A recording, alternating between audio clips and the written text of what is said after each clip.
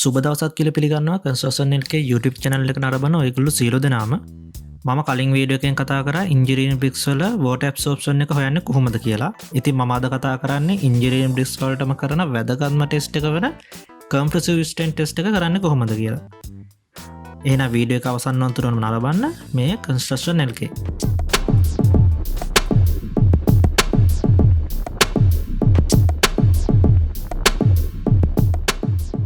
Engineering BRICS වල compressive strength එක test කිරීමට බහුලව රිෆර් කරන්නේ SLS සහ BS ස්ටෑන්ඩඩ්. මේ ක්‍රම දෙක අතර ලොකු වෙනස්කම් නැහැ. ඉතින් මම අද රිෆර් කරනවා බ්‍රිටිෂ් ස්පෙસિෆිකේෂන් එක වෙන BS 3921 1985 කියන ස්ටෑන්ඩඩ් එක. ඉතින් මේ ස්පෙસિෆිකේෂන් ෂීට් එක ඇතුළු වැදගත් නෝට්ස් කිහිපයක් මම කලින් වීඩියෝ එක නරඹලා ඉල්ලපු අයට ලබා දුන්නා. ඉතින් මේ ස්පෙસિෆිකේෂන් සහ නෝට්ස් තවමත් ඔයාලගේ නැත්නම් වීඩියෝ එකට පහලින් ඔයාලගේ ඊමේල් එක කමෙන්ට් කරන්න. මම ඒව නොමිලෙම ඔයගොල්ලන්ට සෙන්ඩ් කරන්නම්. මේ ඔබ දකින්නේ මොරටුව කැම්පස් එකේ ඉන්ජිනියරින් බ්‍රික්ස් වලට කරපු compressive strength test එකක ටෙස්ට් රිපෝට් එක.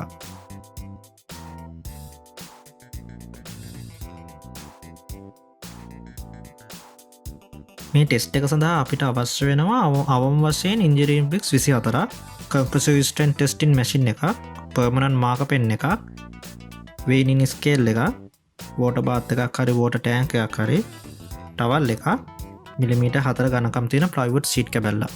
එතකොට මම දැන් කියන්නේ ස්ටෑන්ඩඩ් එකේ විදියටම ටෙස්ට් එක කරන්නේ කොහොමද කියලා. යුනිවර්සිටිස් වල පිළිගත් approved material lab වල මේ විදියට තමයි ටෙස්ට් එක කරන්නේ. මුලින්ම කියන්න ඕනේ ස්කේල් එක හා compressive testing machine එක calibration කරලා වළං කාල සීමාවේ තියෙනවද කියලා බලන එකත් වැදගත්ම දෙයක්.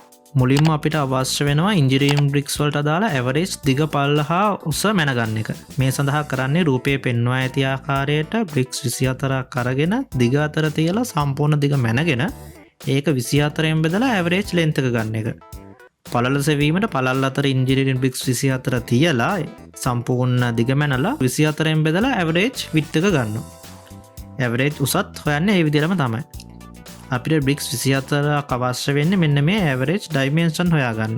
නැත්තම් ටෙස්ට් එකට අවශ්‍ය වෙන්නේ බ්‍රික්ස් 10ක් විතරයි. ස්පෙસિෆිකේෂන් වලට අනුව බ්‍රික්ස් 24ක් අරගෙන ඒකේ ඇවරේජ් එක තමයි ඇවරේජ් එක විදිහට ගන්න ඕන. හරි, එහෙනම් අපි බලමු සාම්පල් ප්‍රිපරේෂන් එක කරන්නේ කොහොමද කියලා. ඉන්ජිනියරින් බ්‍රික්ස් 10ක් අරගෙන water bath එකකට හරි water tank එකකට හරි දාලා පැය 24ක් ගිල්ලලා තියෙනවා බ්‍රික්ස් ටික සැචුරේට් වෙන්න.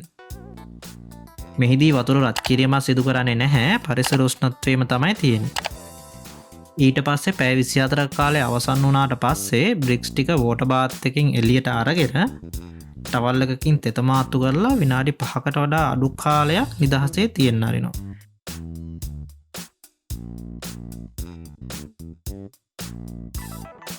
ඊට පස්සේ weight එක මැන ගන්නවා.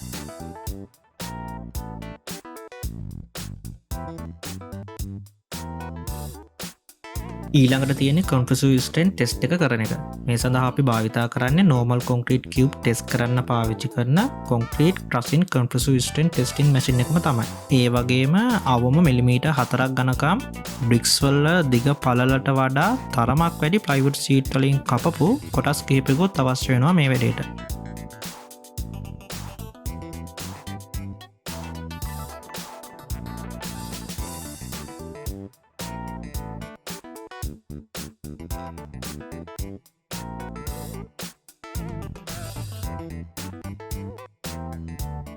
ඊට පස්සේ plywood sheet දෙක මැදට ගඩොල් කැටය තියලා ඒක compressive strength test machine එකට තියලා normal විදියට ගඩොල් කැටය ක්‍රෂ් කරනවා.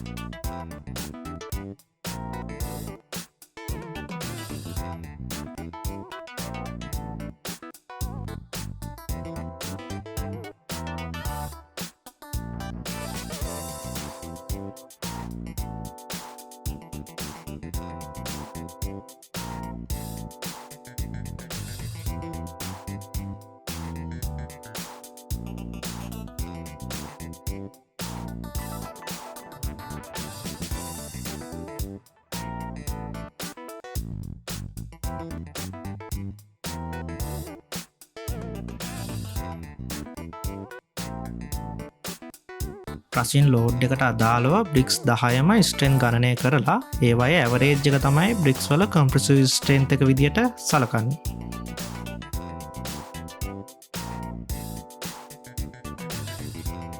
BS ස්ටෑන්ඩඩ් එකට අදාළව සාමාන්‍ය භාවිතයේ යොදා ගනු ලබන ඉන්ජිනීරින් බ්‍රික්ස් වල කම්ප්‍රෙසිව් ස්ට්‍රෙන්ත් එක වර්ග මිලිමීටරේ නිව්ටන් 5ට වඩා වැඩි වෙන්න ඕන.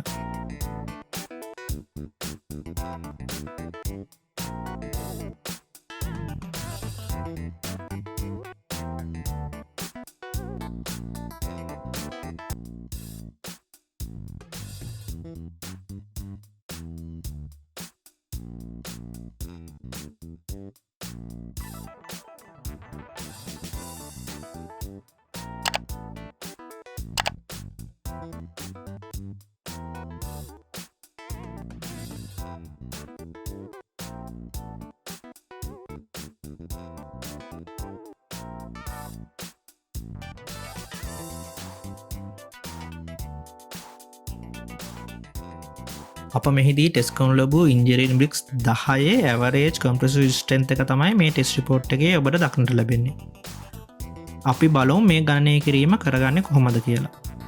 අපි A1 කියලා නම් කරපු බ්‍රික් එකේ වැලියුස් සලකමු. අපි කලින් හොයාගත්ත විදිහට බ්‍රික් එකේ දිග වෙන්නේ මිලිමීටර් 220යි, පළල වෙන්නේ මිලිමීටර් 95යි. බ්‍රික්ස් වල දිග පළලට අපි ඇවරේජ් එකක් මැනගත්තු නිසා බ්‍රික් 10ම දිග පළල වෙන්නේ මේකම තමයි. ඒකේ ලෝඩ් එක උනේ කිලෝ නිව්ටන් 178.1. ඒක නිව්ටන් කරන්න 1000න් වැඩි කරන්න ඕන. කම්ප්‍රෙසිව් ස්ට්‍රෙන්ත් එක වෙන්නේ මැෂින් එකේ ක්‍රස් වෙද්දී ලැබුණු උපරිම ලෝඩ් එක බ්‍රික් එකේ සර්ෆේස් ඒරියා එකෙන් බෙදුවම ලැබෙන පිළිතුර. මේ බ්‍රික් එකට නම් 178.1 1000න් වැඩි කරලා 220න් සහ 95න් බෙදුවම නිව්ටන් 8.5 කියලා ලැබෙනවා. ඒකරේ කම්ප්‍රෙසිව් ස්ට්‍රෙන්ත් එක සමාන වෙන්නේ ලෝඩ් එක ඒරියා එකෙන් බෙදුවම ලැබෙන උත්තරේ නිසා. හොඳයි, මේ සම්බන්ධයෙන් ඔයගොල්ලොන්ට තියෙන අදහස්, ගැටලු සහ ඉස්සරහට ඔයගොල්ලොන්ට අවශ්‍ය වෙන වීඩියෝ වර්ග මොනවද කියලා පහලින් කමෙන්ට් කරන්න. ඒ වගේම අපේ channel එක subscribe කරලා bell icon එකත් click කරන්න. ඔයාලා හැමෝටම සුබ දවසක්.